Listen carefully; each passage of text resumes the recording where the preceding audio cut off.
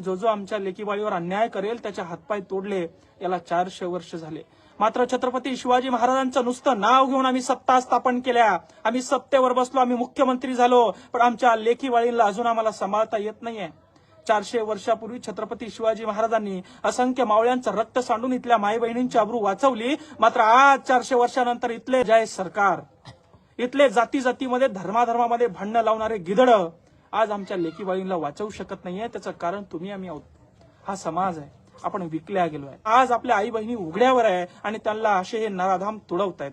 आणि इथली व्यवस्था, इथली सत्ता नुसतं नाटक बघते. इथले कित्येक नराधम अपराध करून तुरुंगात जातात, तिथून विविध गुन्हे शिकतात, तिथून विविध पळवाटा शिकतात, पुन्हा तुरुंगातून बाहेर येतात आणि पुन्हा त्यांचा हा नरहंस अशाच पद्धतीनं चालू ठेवतात. 2 वर्षापूर्वीची गोष्ट इथले गावकरी सांगायला लागले. एका बाईच्या हातामध्ये दणकडे होते, पायामध्ये दणकडे होते आणि त्या नराधमाला ते काढायचे होते, ते निघत नव्हते. ओरामध्ये त्या ठिकाणी बारी देत होते, तर त्या पावड्यानं तिचे पाय तोडले, त्या पावड्याने तिचे हात तोडले आणि ते सोन्याचे दणकटे काढून घेतले. इथल्या एसपीला माझी चेतावणी आहे, इथल्या कलेक्टरला माझी चेतावणी आहे. या लेकरांच्या वेदना जर का तुमच्या काळजापर्यंत जात नसेल तर आम्हालाही वेदनाहीन व्हावं लागेल, आम्हालाही कायदा हातात घ्यावा लागेल. आणि जर का आम्ही कायदा हातात घेतला तर तुडवल्याशिवाय आम्ही राहणार नाही. लक्षात ठेवा. 10 दिवसाचा अल्टिमेटम दिलाय.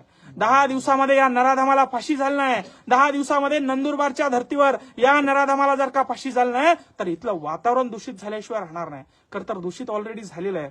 तुम्ही सत्ता भोगताय, तुम्ही पैसे कमवताय, तुम्ही अवैध धंदे करताय, तुम्ही त्या खुर्चीवर बसलात. मात्र आमच्या मायबाप म्हणून तुम्हाला जर का आमची रक्षा करता येत नसेल, आमच्या आई बहिणींची रक्षा तुम्हाला करता येत नसेल, तर छत्रपती शिवाजी महाराजांनी, डॉक्टर बाबासाहेब आंबेडकरांनी आम्हाला शिकवलंय कशी आमच्या आई बहिणींची अब्रू वाचवायची. आणि म्हणून आम्हाला हातात लाठी काठी तलवार घ्यायला लावू नका. इथल्या शंड मुख्यमंत्र्यांना, शंड गृहमंत्र्यांना आणि सर्वच शंड सरकारला, प्रशासनाला माझी चेतावणी आहे. जर का 10 दिवसामध्ये त्या नराधमाला फाशी झाली नाही आणि या चिमुकल्या या मुलीला, तिच्या आईवडिलाला न्याय मिळाला नाही तर तुम्हाला एक उद्रेक बघायला मिळेल. आणि ही थिनगी असेल, हिचा वनवा पूर्ण महाराष्ट्रामध्ये, पूर्ण देशामध्ये पेटल्याशिवाय राहणार नाही. एवढंच या ठिकाणी बोलतो.